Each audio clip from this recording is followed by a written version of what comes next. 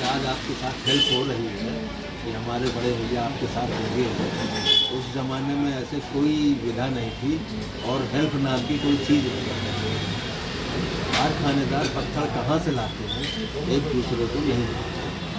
ये तो मतलब ये ऐसा नहीं कि ये बढ़ेगा नहीं, ऐसा कुछ मतलब उस समय एक ऐसी प्रथा ही थी, एक दूसरे को नहीं बताना, हम काम जा रहे हैं, कहाँ जा रहे हैं, किसको बेचना है, ये भी नहीं होता। हमारा अगर कस्टमर है वो कहीं आपके पास न पहुंच जाए, इसके लिए हमें ये प्रयास करना है कि हम आपको गाड़ी से उतार के लाते थे और गाड़ी में ही भिजवा देते थे। ऐसी भी मतलब एक ज़माना था और वो परिस्थितियाँ ही हैं। जब आपने चालू किया था तब आपको ये नहीं पता था कि इसकी डिमांड है बहुत ज़्यादा या नहीं, मुझे मालूम था, उस समय भी मालूम था कि ये विदेशों में बहुत ज़्यादा मांग है। जी विदेशों मतलब मुस्लिम कंट्री में इसकी मांग है। जी और ये भी कंफर्म हुआ था कि कुछ लोगों से जानकारी हुई थी कि ये जो साल भर बनाते हैं और साल भर बाद जो है इसका मतलब कोई व्यापारी आते हैं और इकट्ठा लेके चले जाते हैं। तो हम उस पीरियड में जब शुरू किया तब तो ये नहीं था कि एक साल हम इसको रोक सकते थे। जी फिर ये था कि नहीं, आज बनाना है और 2-4-10 दिन में बेचना है। जी अपना पैसा भी नहीं था, तो प्रयास करते थे कि इसको बनाया जाए और यहाँ लोकल में दिखा करके बेचते थे। कुछ लोग बेचते थे, उन्हीं के साथ हम लोग भी बेचते। कारखाना लगाने के लिए जब मैंने प्रयास किया, पूरी खपत पहले लोकल में ही थी। हाँ पहले पूरी खपत लोकल में।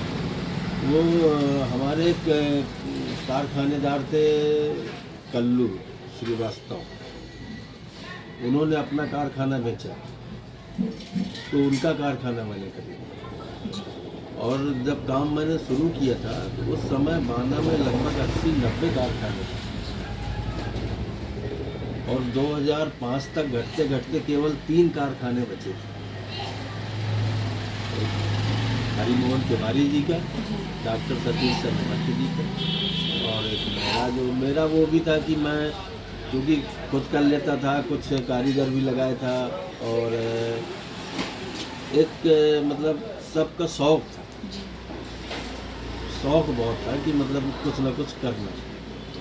आपके हिसाब से मुस्लिम देशों में क्यों उसकी ज़्यादा डिमांड है तो यहाँ मुस्लिम देशों में इसलिए इसकी डिमांड थी कि ये सजर स्टोर है, डेंट्राइट है, हकीक जी और इसका नाम सजर रखा गया। फारसी में पेड़ को सजर कहा गया। तो जब पेड़ को सजर कहा गया और चूँकि ये नेचुरल है, नेचुरल पेड़ पत्थर से निकलते हैं, तो वो उसको जो है कुदरत की देन मानते हैं, इसलिए इसको पहनते हैं। दूसरी चीज़ ये है कि जब ये लोग यहाँ से लेकर के जाते हैं ईरान, इराक, सऊदी अरब वाले, तो इसके पीछे सामने तो हमारा मतलब पेड़ पौधों की आकृति बनी हुई है, इसके पीछे वो कुरान की आयातें लिखते हैं और फिर इसको बेचते हैं, तावीज़ के रूप में इस्तेमाल करते हैं। ये भी एक वहाँ पे मैंने देखा कि जो लोग हज करने जाते हैं वो वहाँ से लेकर के आते हैं। अरे शुरू में देखिए, अकीद जो है ये मोहम्मद में बड़ा